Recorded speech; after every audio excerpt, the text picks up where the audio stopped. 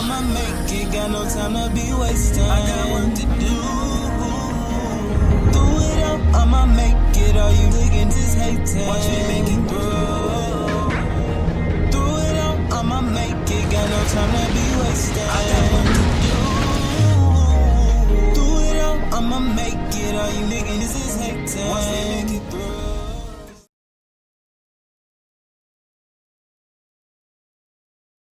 What's good, everybody? It's your boy James J, and you are now watching your favorite podcast, Talking Shit About Shit, the podcast where we have fun, get lit, and thank God while we do it, man.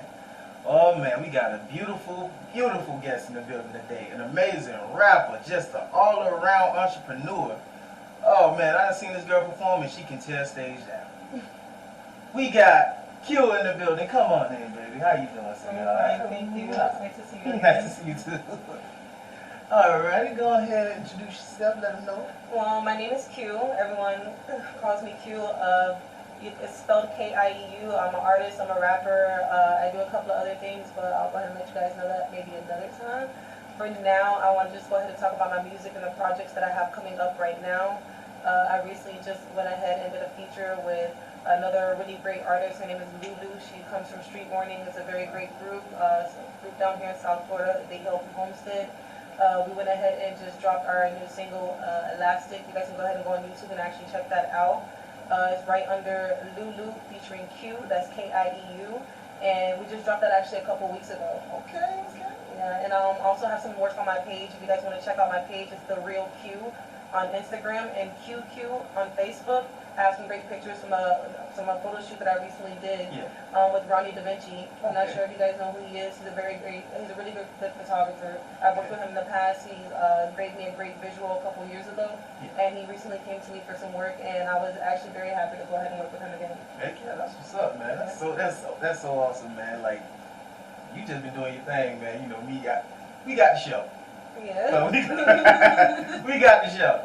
But yeah, man, like that's so awesome to hear. Like even like last time I seen you perform, like you just like blew the stage away, and I'm like, yo, like. Yeah, it was a lot of fun. I'm not gonna lie, there was a lot of great acts that night. I was kind of nervous. I'm always nervous when I go on stage. It doesn't really matter how long I've been doing it personally. It's just something that I really feel passionate about. Yeah. So every time I hit that stage, I try and put everything out and just lay it out right there at that moment. Shoot, I seen it, man. I was like, yeah, dang, how am I going come on. I don't know, because you kind of tore the stage up yourself. I ain't gonna lie. Like they at one point in time, they were like they didn't know who they were gonna choose between me and you, and I was like, you know what? I don't know if I'm gonna make that trip. Go ahead and give it to my guy. I really didn't. The crazy part is I didn't even know it was a competition, that there was gonna be prizes and whatnot. I thought it was just a showcase. Yeah, I thought it was like a big old. Like everybody came out, like, you know, everybody dapping up. Yeah, performing up there. You know it's supposed to be a competition now. They were like, they started announcing prizes. I was like, prizes, man, what? Whoa. I was like, that's crazy, but it was definitely fun. It was definitely fun. Was, man. I live for stuff like that. I can't wait till we can get back to performing again. Man, because this COVID has been kicking out behind. I'm telling you, honestly, it's got me kind of nervous about the industry and where it could go from here. You know, a lot of people aren't really able to move how they want to because, you know, people don't like to talk about the fact that musicians are, our job, our whole market, our whole network is basically based off of proximity. You got to fill a club, you got to fill an event, you got to get as many people in the building as possible. And right now, that's kind of counterproductive to what the whole COVID is. Yeah, it's at this point, it's probably damn near illegal to do our job. You know, there's a 10 people or less to being at events and whatnot. At this point, we just got to see. For me, my game plan is really watching how record labels are going to be moving and how clubs are going to be moving, because right now this is killing their industry too. Yes, it is. They're really trying to find some type of way to get them streams up or something, because if they don't, oh man, it's going to be a killer year for them, especially next year. Yeah, I feel like everything's moving online now. Really, the people that are really just pushing like online shit, whether it be clothes, shoes, you know, merchandise, whatever products they're pushing online, they're the ones that are really making money and are protected right now, especially with even down to stuff like the protests. You know, a lot of places are getting looted. That's because they have physical locations for people to go into. It's hard to loot an online store. Oh yeah. It's really hard. It's really hard to do. Yeah, it's something to think about, and it's something that people have to think about at times like this, because now our climate is changing, our economy is changing, and it affects even people from stores to clubs to musicians. It's affecting a lot of people in a lot of different ways that you wouldn't think. So you kind of just have to be on the game. You have to like be on the ball. You got to figure out new ways. Now it's the time to figure out a new way to make money. That's a great way to look at it. And speaking of online stores, shout out to our sponsor, Shivani Fashions. Shivani Fashions, look good, feel good, do great.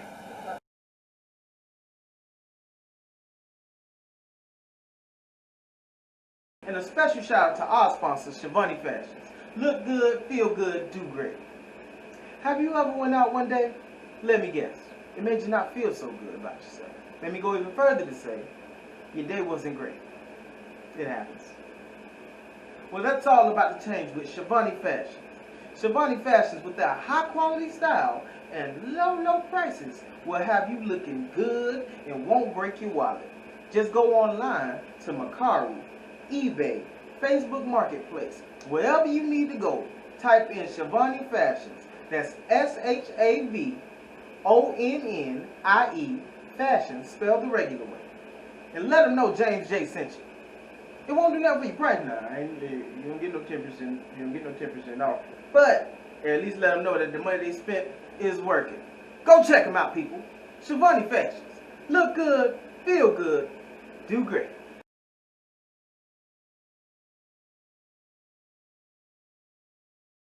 All right. I hope you're gonna be promoting me the same way. I do ad space on my show, man. So just let me know whenever you're ready. Okay, that's pretty cool. Yeah, thank you. All right. Well, we're gonna get into this first segment. That's my favorite segment. It's near and dear to my heart. Really? How nervous, y'all? What you trying to do? This segment is called the Drink of the Week. Okay, so what's the drink? Today the drink it was called the Blue Lagoon, but we gonna call, thanks to the WAP, we gonna call it the Deep Sea. The Deep Sea. You know? Okay, I don't know, this might turn me into a Loch Ness monster, y'all.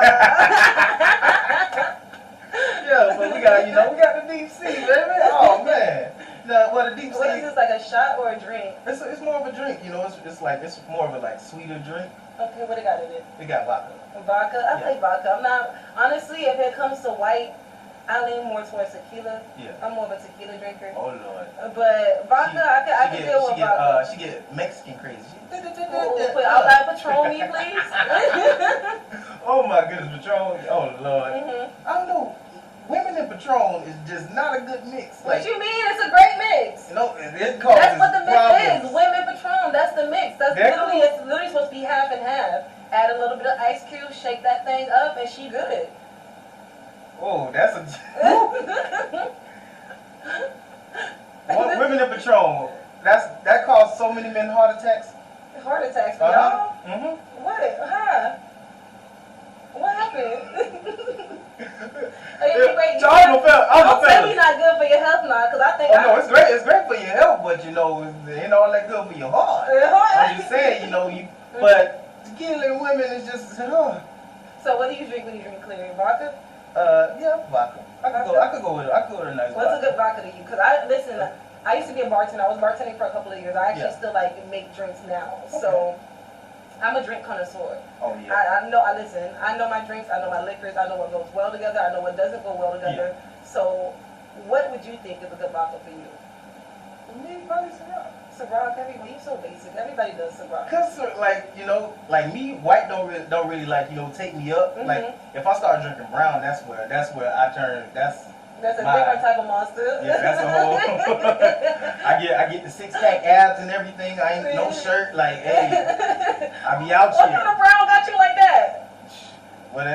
Brown. Brown. Period. Whether it's brandy, whether it's whiskey, whether it's cognac, I don't care. If it's brown, I'm out here. Yeah. Shirt off in the club and ready. Hey, what?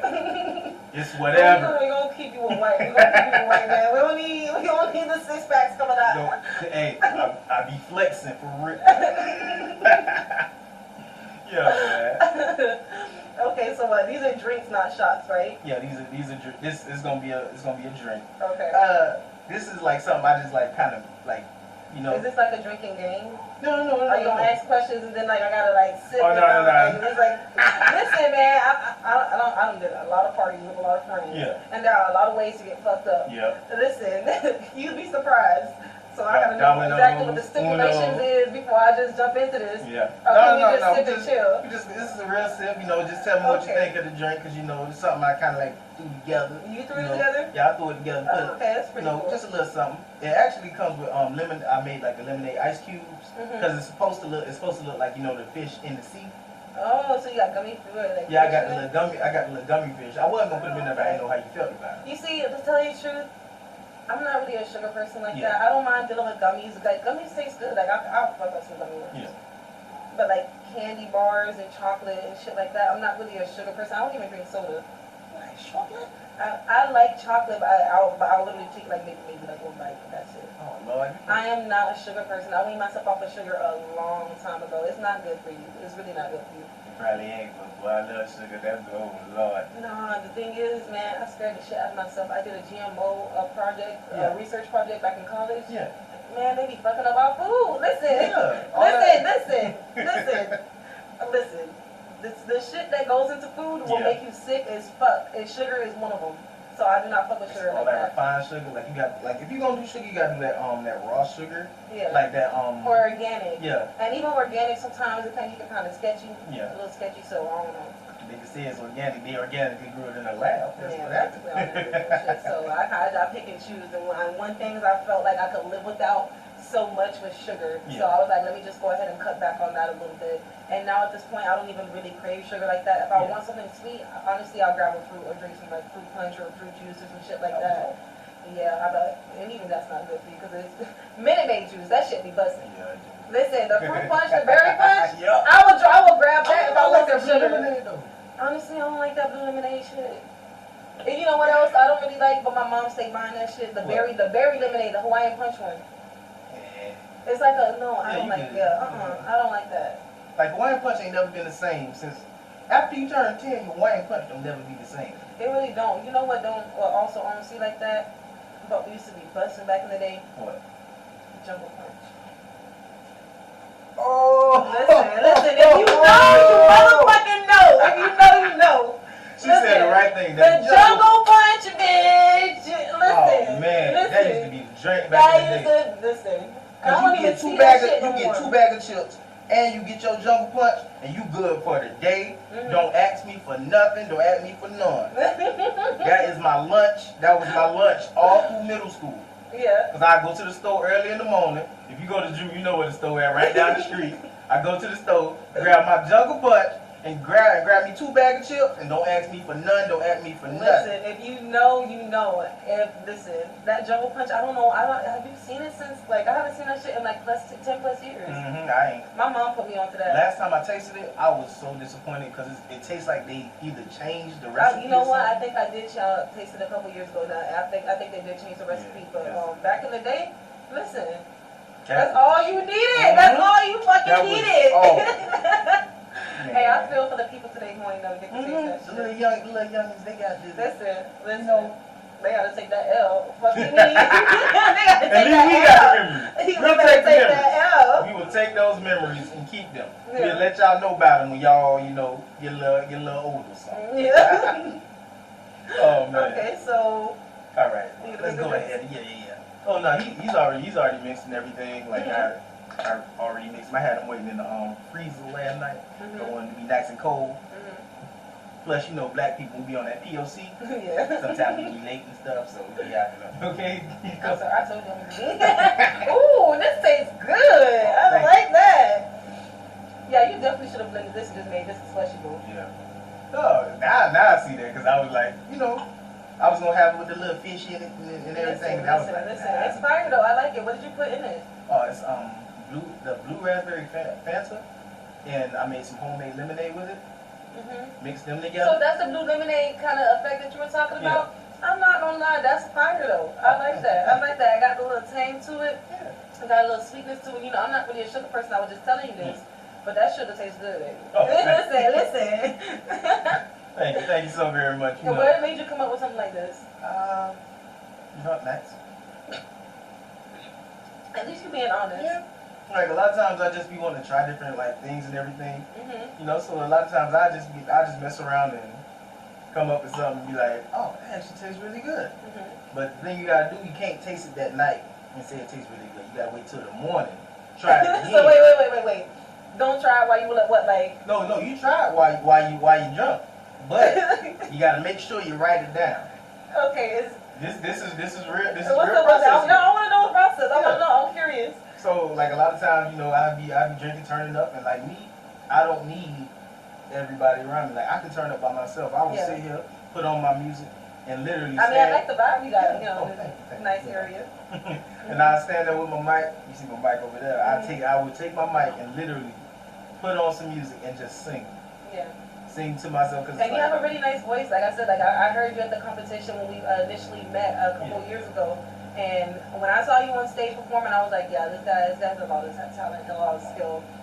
Right. So when you reached out to me to work with me, I was like very excited. Oh, And I was definitely like, yeah, I'll definitely come and support you for that, because, you know, I want to support those around me that support me as well. Right. Thank you so much. No problem. Yeah, like I just like, you know, and a lot of times I'll have different like juices or like fruit, like stuff like that. I just want to mix them together and just see like what's gonna be good. Yeah. Or like I'll look up like some drinks online and I'll just add my own little twist to them to give them like my personal like touch. Yeah. So you don't have any method, any actual method to how you come up with your drinks other than pretty much how you feel in the world. Yeah. Yeah. Just add. Okay, I think that would be good with this. Okay. Put them together. So you were saying don't try drinks while you're drunk, or try them while you're drunk, and the next day also try them while you're sober. Is that like not grocery shopping while you're hungry? Because, you know, it's like an expression, don't go grocery shopping when you're hungry because you're going to buy a bunch of bullshit that you really don't need. You know, you're just shopping pretty much with your stomach. Yep. You're not shopping with your eyes. Yep. You're not shopping with your head. You're not shopping with your head. Because you don't want to mess around. I try not to grocery shop when I'm hungry because, listen, I'm grabbing all the snacks. Get up there, you be like, God dang, I done bought a whole bunch of snacks. No real food. Damn little Debbie's snacks all over the fucking place. Oh, man, little Debbie's. Listen. That's how I got this. I got pregnant messing with Debbie. Debbie, I'm putting you on child support. For real. That little bitch, Debbie. Oh, man. So we got a thumbs up for the drink. That's what's up. Now we about to go into this next segment. Okay, what's the next segment? I like what you got so far. So. Oh, thank you. It's just a little something I put together, baby. You know, it's nothing special. But yeah, we're going to go into the next segment. It's called the Guest Spotlight. Okay. It's basically where I'm going to ask you 5 questions about just your career and like the state of hip-hop in your mind. Okay. You ready? Yes. All right. You get my It makes your side. All right. First question. Okay. What has been the biggest obstacle you've had to overcome with music? Me, I'd say finding my voice. Definitely finding my voice and that comes from a comfortability level that you have to be comfortable with. Because the first time when I go, and even now sometimes when I go to the studio, I hate the way my voice comes out. And I think that's something that every artist struggles with, especially when you're first starting. And especially as a woman too, you have to find that balance, because people, especially in this type of industry, you can end up getting downplayed. Like people like Megan, I feel like it's very unfair. People will make it seem like she's over masculine just because of the way she speaks or the way she is. Mind you, Megan's fucking beautiful. She can be half naked and y'all will still sit here and drag her for being over masculine. How the fuck? It could be through her voice or just through like little hyper aggressive shit, like talking about how her demeanor is, and it's not fair. So it kind of you have to be strong. You have to find you have to be strong. You have to be comfortable in who you are, and finding your voice comes along with that, because people can hear in your voice how you feel. Yeah. And they absolutely can. When you're rapping over especially when you're in the studio, because that shit shows everything. If you're nervous, it's gonna show you're nervous. If you're not feeling it at that time, it's gonna show you're not feeling it. You know, if you messed up a couple of lines here and there, if you're not delivering right, you know, it'll show. So my biggest obstacle for me personally is finding my voice, and I did. It took a little while, but I had to find something that was comfortable with, that I personally was comfortable with, and stop going around off of what people around me were saying. Because people are gonna talk shit regardless. It doesn't matter. They're gonna talk shit, and it don't mean shit. So And keep doing your shit. Basically, and then on top of that, they ain't doing shit. Yep. Like they're not doing what you're doing, so you can't really 100% trust their opinion. A lot of people, they tell you you can't do it because it was something they wanted to do, somebody told them and they just went ahead and believed them. But you're actually trying Yeah. for what you want to go for, Yeah. and they're gonna try to downplay you the same way they were downplayed. Mhm. So you just can't let it happen. Mhm. But this was a good first answer. Yeah. All right. What do you enjoy and or hate about being in this business? What do I enjoy and what do I hate and what do I hate? Yeah. What And do I, or. okay, so what I enjoy, my biggest enjoyment comes from being on stage and interacting with people. Like my favorite part of music isn't the studio part, it isn't the photo shoots, it isn't the video shoots. That's all fucking work to me. My favorite part is when I get to finally hit that stage. Yeah. And I'm in front of people and everyone's just genuine. They don't give a fuck about who I am, what past I can, nothing. They don't care about nothing. They just care about what song I'm about to perform and whether or not they can fuck with it. Yeah. So that was those couple of minutes right there, that's what I live for. And it was just pretty much knowing that people are being genuine at that time, just looking at people's faces, seeing their reactions and getting hyped with them. And then immediately when I get off stage, that immediate love I get from people. You know, people coming up to me, telling me, and they're genuine, mind you, I don't know these fucking people. Yeah. I don't know, not one of them, not one of them. But they coming up to me telling me that I did a great job, Yeah. something that people around me don't even say sometimes, and that's crazy. That's what it is. So that when I get on stage, that's probably the part I enjoy the most. The part I hate the most, honestly, is the fact that this is a business at the end of the day. The fact that we have to find a way to make money off of it, the fact that you have to capitalize off different areas, the fact that even if you want to make a song that you just personally just wanted to get out, even because as artists sometimes we just want to get shit out of our system. We might not ever put it on an actual project, we might not ever actually release it, might not ever actually show this track, but it's something that we needed to get off of our chest. You feel me? And you can't keep doing that. You feel me? And you have to have a purpose, objective. You know, you can't just be an artist in this industry because at the end of the day it's still a business. So you got to find a way to generate money off of whatever you're doing, and that's kind of sometimes take the fun out of it. So that's something that I hate about it sometimes. Yeah, that's what's up. That's what's up. I look good. You right here. God dang it. All right. I want to ask this question because it's personally something like, where did your name come from? Kieu? Yeah. This is actually a funny story. So my name changed a couple of times. Okay. It started off as Crystal Kane. Like I don't even know where the fuck I came up with some shit like that. I just was like, I didn't want to go off my actual name, just Pateria, because one, you can't rhyme shit with that. There's nothing that you can rhyme with that. Don't even try. Listen, listen, sir. I have tried.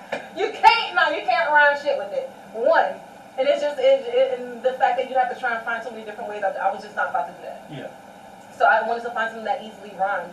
And then I wanted to go with Kieu, but I didn't want it to be so basic. I didn't really know how to spell it in a way that would stand out. Yeah. And you know, people have the QUE, the CUE, and all this other bullshit. And then people had these stupid lame ideas like, oh, Kieu come into the mic shit. And I'm just like, I don't want to fucking say no shit like that. Like, no. It didn't really equate to what I was really trying to do at that time. So I actually slept on my name for about a year or two. But one day I had been working at Chili's as a waitress at that time. I was really young, and at the time I didn't really have a car. I was walking from my apartment to my job, which was only a couple of blocks. It wasn't so bad. It was probably about 3 or 4 blocks. And every time I would walk by, I would always pass by this nail salon. Yeah. And I had always wanted to go there, but for some reason someone always stopped me, or I'm really picky about where I get my nails done. So I had my places that I would go to, and I kind of just wanted to stick to that. And then one day I was just like, you know what? I think I'm gonna just stop in here and get my nails done. Yeah. I walk in, and there's this hood-ass Asian girl, and I'm just like looking at her. She's the only one in the store, in the nail salon, and I'm the only one in there. So she's like, oh, just come over to me, or whatever. So I come over, whatever. She's doing my nails and sitting there talking, and I noticed she had this nameplate on, and it said Kieu, and I was like, how the fuck do you pronounce that? And mind you, my name is Kieu at the time. Everyone calls me Kieu. Yeah. So, mind you, it's just me and her in there. And like, I asked her, like, how do you pronounce that? She goes, oh, my name is Kieu. And I was like, me too. And I was like, after that, I was like, I think I found my name spelling. Yeah. And I strongly feel like there was a reason for that. Yeah. So I took that moment and I kind of just used that, and that's where my name came from. Because everyone, like I said, was calling me Kieu. I didn't want a basic way to spell it. And Kieu is just the way you spell the letter Q correctly. So definitely that's where my name came from. Oh, that was up. Cause that's divine intervention right there. I swear it is. Good job, God. Cause that's. I'm telling you, that's literally what happened. Yeah. It's pretty cool. That's crazy. That's what's up, though. All right. This is one of my favorite question 4, because you get so many different answers. It ain't no question, but it's a little opinionated. Okay. See what I'm saying? All right. Let's see. Where is the state of hip hop culture in your mind? Not just rap, not just dance or anything like that style. Like the entire culture. Like, where is it in your mind? In my mind? And one more part. Is hip hop dead or alive to you? So that's kind of a complicated question. To me, honestly, for me to just make it simple, I think the state of hip hop and the state of culture of hip hop right now is on the rise. Honestly, it is, and a lot of young heads are really taking it up in that direction. People like Lil Baby, The Baby, fucking Megan Thee Stallion, City Girls, Cardi, like these people. Even Nicki Minaj, she's still carrying the game. People don't like to say that. People don't like to speak on that, but she's still like she listen. She really put a different type of blueprint out there, and people got to give her her flowers for real. I love Nicki Minaj. I used to listen to this bitch all the time in high school. You feel me? When I was coming up, and honestly, I look up to people like that. You feel me? And I feel like the state of hip hop right now is just gonna keep climbing. It's gonna keep going up. They've touched people. It's touched people in different countries. Like it's affecting other it's affecting other cultures. Even like down to shit like K-pop. Do you see the type of dance moves they do? The type of dance moves they do are basically hip hop moves. So hip hop is still influencing the world today. K-pop is one of the biggest fucking forms of music right now. Constantly getting streamed, billions of streams at a time. Every day, if you go on Twitter, something about K-pop is fucking being trended. So, and mind you, K-pop and people don't. If you really look at them, even down to the dance moves, to a lot of K-pop people are fucking rappers. You might not even know what they're saying, but they sound raw as fuck. You feel me? Sometimes they throw English words in there. And that's all. That all comes from hip hop. Hip hop was born in New York. That never happened. Would these music categories even be there the same way? So I feel like hip hop is still going to continue as long as it continues going the way it is now, especially in America, because this is where the root of it came from. We're always going to be the blueprint for other countries, and they're always going to look at us to go ahead and emulate us in some way, to go ahead and even advance their own styles.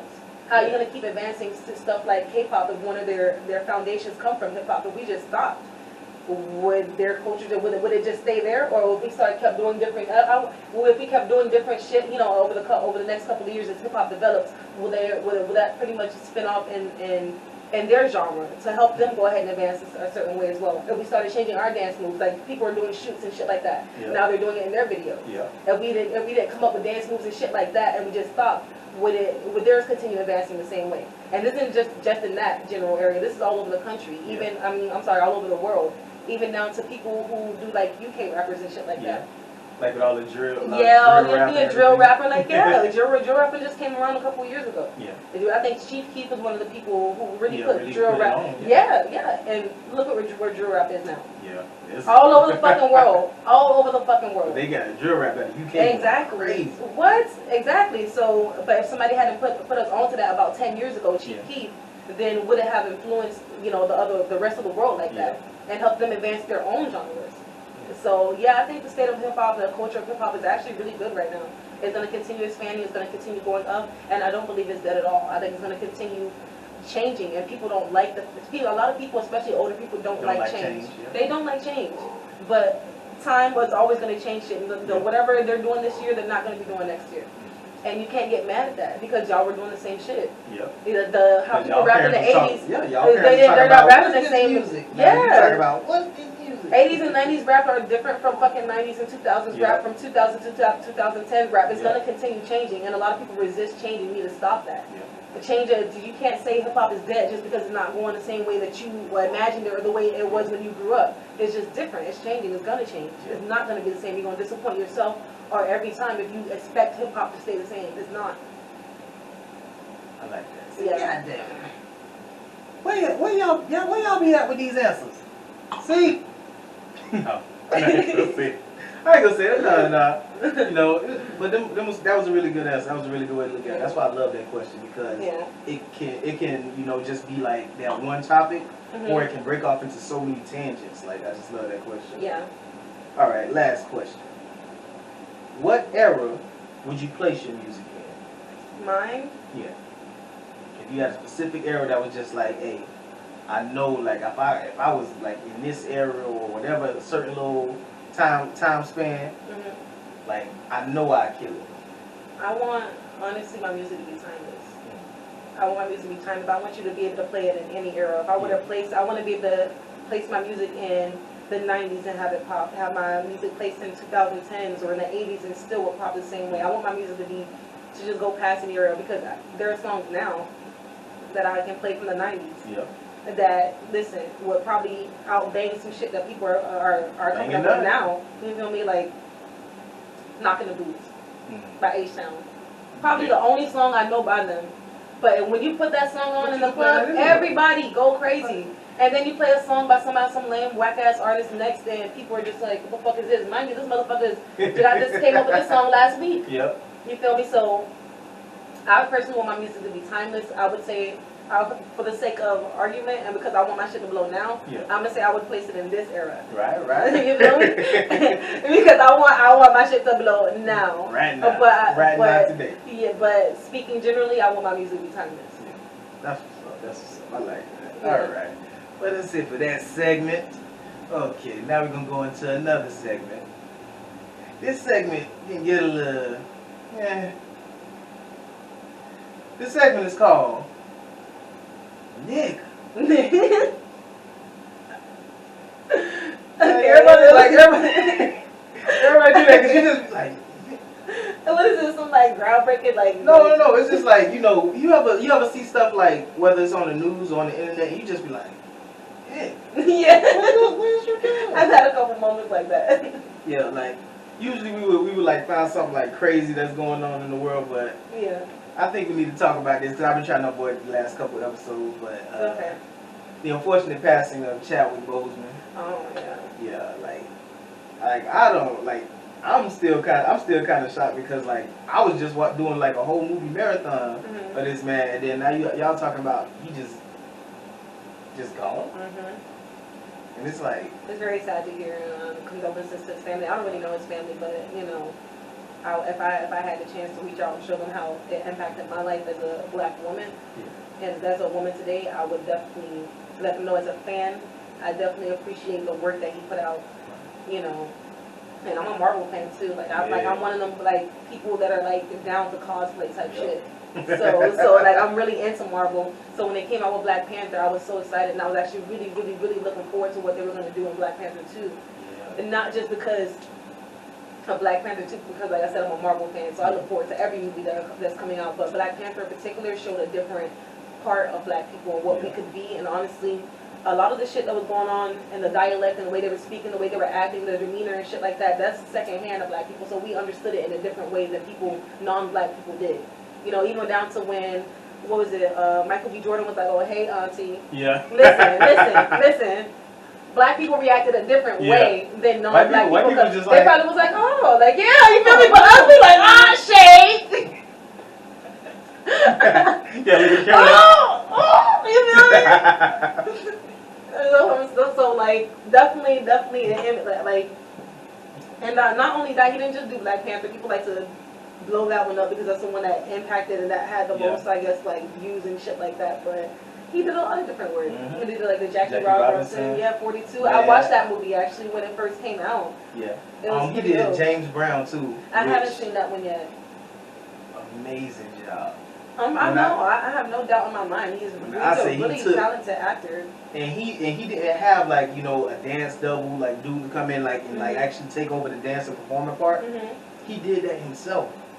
And that's what took it to a whole other level. He was sick during all these movies taking place. I'm not sure it was 42 because that, from what I understand, he was diagnosed within the last 4 years with colon cancer, right? But I think 42 might have came out before that. But even if so, with all the work he was doing in between that, fucking Black Panther had a lot of rigorous activity. Yep. So a lot of you gotta understand, like with those movies, it's not just okay. Yeah, we're just gonna shoot this movie. No, like they have months and months and months. Yes, and people don't understand. Practice Listen, and if you're in the training. industry, you know it takes hours, days, weeks, months sometimes to do a project. Yeah. And people, when you show it to people, people are like, "Damn, like when did this happen?" Listen, I did this like 6-7 months ago, and this is just coming out now. Yeah.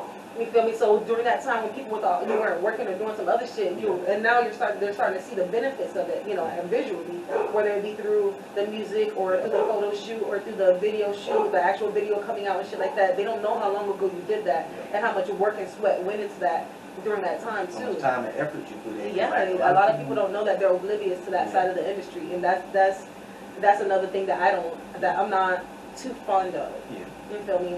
Like I said, my favorite part is and will always be when I'm actually performing on the stage in front of the crowd of people, and immediately when I get off, because I always get shown love afterwards. And before, and you know, like just the whole atmosphere of the performance part, you know. But the actual work that goes into it, with the taping and the production and shit like that, it can be stressful, tiring to anybody on a normal healthy scale. Yeah. So to be battling something like that and still pushing through, through, yeah, that's fucking, surgeries honestly, I envy that. That's dedication, that's hard work, that's something that's definitely like I said, I envy, and that's something that I would like to strive to do, and to be strong through whatever, because no one even really knew of what he was going through. No, because the people saw it and they making all these jokes, but like one thing I saw that just kind of just messed me up, because it's like really thinking about it, like even being honest, even me, like I'm like, dang, my brother, like a little, not even knowing what he's going through, and like that I made thought me it was kind for of a movie, honestly. I honestly literally assumed it was for a movie. Yeah. I didn't think like, oh, like he's just doing bad or nothing like that. I literally thought, oh, this guy's probably good. Like he's dedicated. he probably get into a movie. Yeah, he's probably doing like a cancer patient or something like that, not knowing this man actually is a cancer patient. And it's like, and I'm thinking that he's probably doing that for like a movie that's something like that. Like, and that's crazy that he was actually going through that. And he seemed really, really happy. I was reading stories about, even like down to one of the last movies he did. What was it called?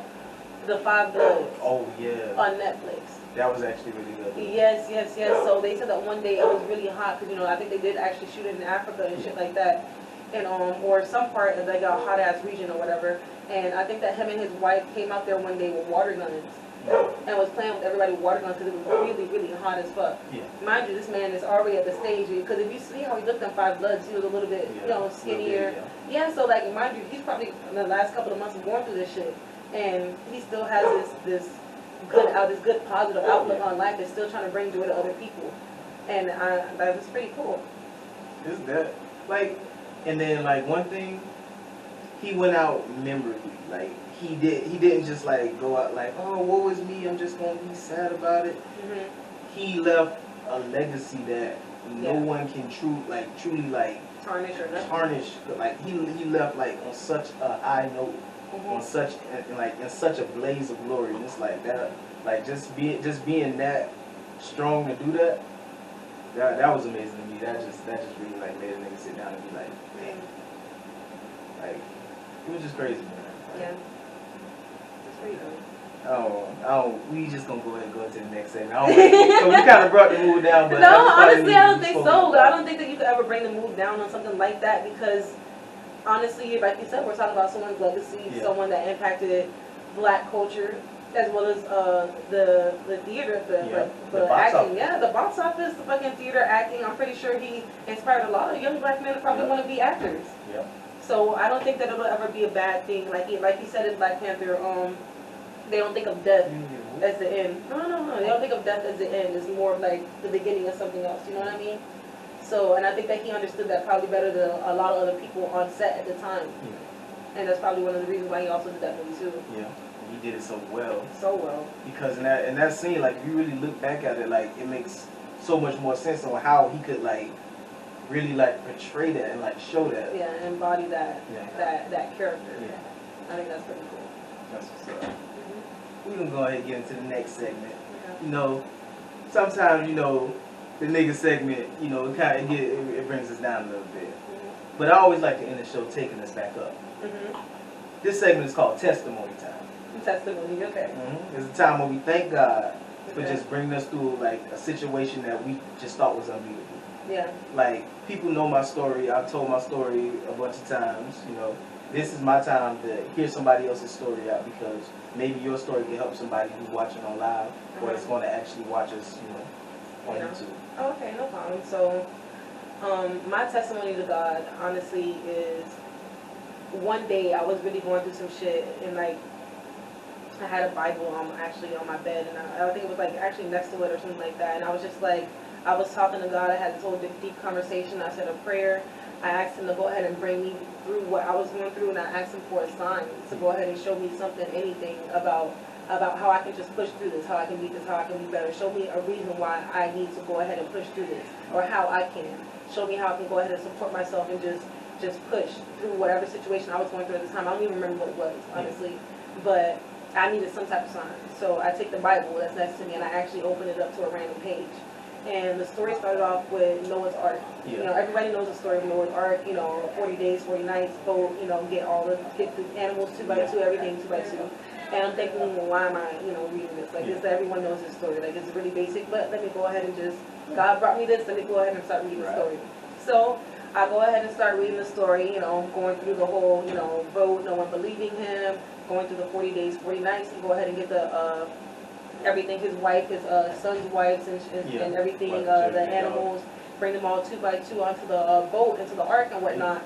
So after it's rained for 40 days and 40 nights, it was pretty much like an ocean almost for like months. For months they were pretty much sailing, and every other day Noah would pretty much send out a dove to go ahead and see if it could bring back anything, something to show that there was dry land. So he did this for weeks.